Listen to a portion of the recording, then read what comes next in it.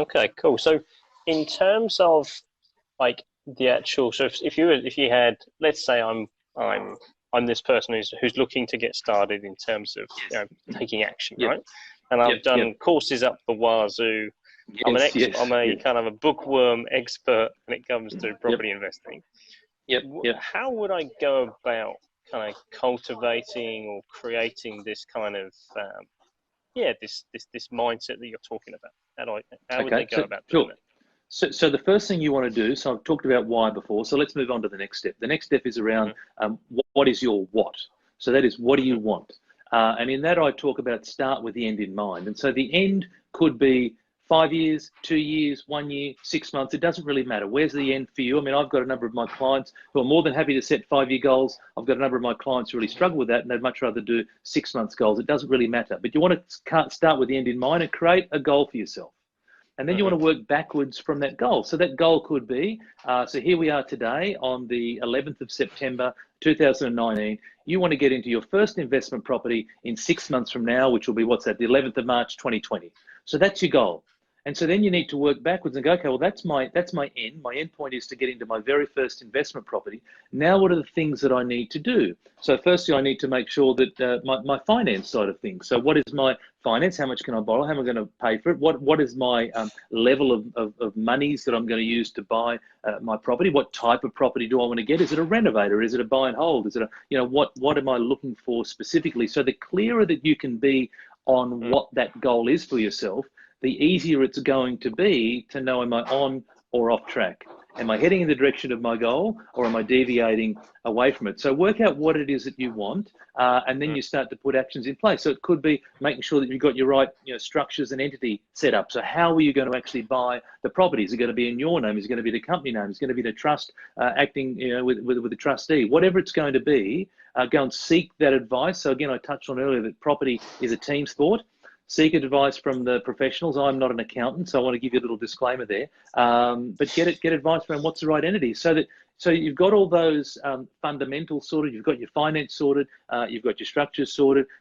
It's also about then understanding, where do you want to buy, Hmm. right? So where do you want to buy? Which market do you want to buy in? So doing research, whether it be getting onto, the Heron Todd White property clock or whatever it might be, but where do you want to buy to find the particular investment property that you're looking for?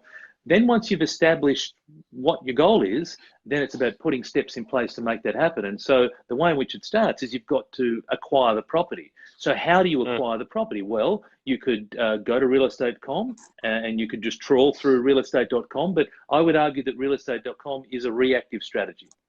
That is, you're just waiting for a property to be listed, and then you're responding accordingly, along with maybe tens, hundreds of other people. I would strongly Hmm. encourage people to take a proactive strategy in acquiring a property. So what does that mean? It means once you've identified the area that you're going to buy your investment property in, get to know the agents. Let them know who you are. Let them know what you're after. Call them up every couple of weeks. So that's the consistent, persistent behavior, and every few weeks, touching base. Hello, it's Tony here. Just seeing if you've got the property that meets my criteria, so on and so forth. So you're building relationships, because ultimately what you want is you want the agent to be bringing the property to you, as opposed to Hmm. waiting for it to come on realestate.com. Sure. Okay, I'm with you. Okay, great. So in terms of then that kind of getting your mindset in the right place, you're saying, so the Mm-hmm. first step, why, next step then um, all about what's the goal you're after. And Mm-hmm. so what is it that, when I know, having done some of my property deals, we've worked, myself and my wife, we go in on these deals, we work on these together. And there's Mm-hmm. always that kind of foreboding moment where you get the final contract. And I remember we were negotiating early entry to this property, and Mm-hmm. we weren't going to have, what was it? I think the lawyer told us that if we do this, then we could, Mm-hmm. like, if it doesn't work, we're going to lose our deposit or like whatever. And we were Mm-hmm. like, there's that momentary, like, you feel sick, you can't, Mm, like, mm, mm, and mm. you kind of, so how do people kind of overcome that? Because really, Sure.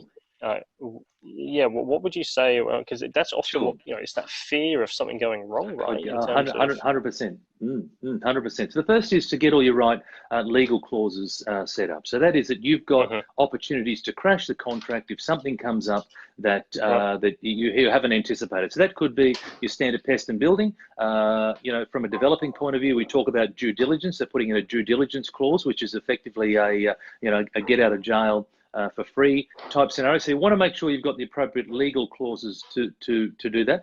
The other is then, so from a fear point of view, is then to work out.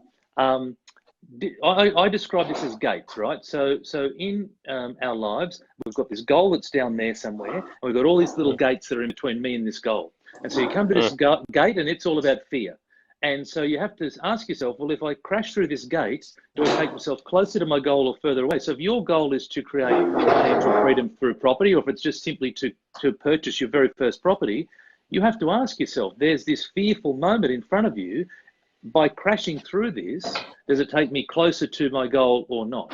And if you are unable to crash through that fearful moment, then you're effectively walking away from your goal, and at which point I would argue that your goal was not big enough in the first place. So get your legal bits and pieces all sorted out. Again, disclaimer, I'm not a lawyer, but get all that sorted out.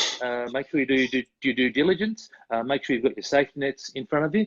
But then at some stage, if you want to create wealth through property development or property investing, you have to buy property. You have to buy property. The other thing I'd say is that you become what you think about. And so this is, personal development for me is simple. It's just not easy. So what I mean by that is that if you sit there and you say to yourself, this is going to fail, this is going to fail, this is going to fail, this is going to fail, that's what you're putting into your mind. Does that make sense? And so you're putting all this stuff in your mind, and you're almost self-sabotaging yourself, right? It doesn't mean that you're not going to experience a fearful moment, but see, there's two types of fear.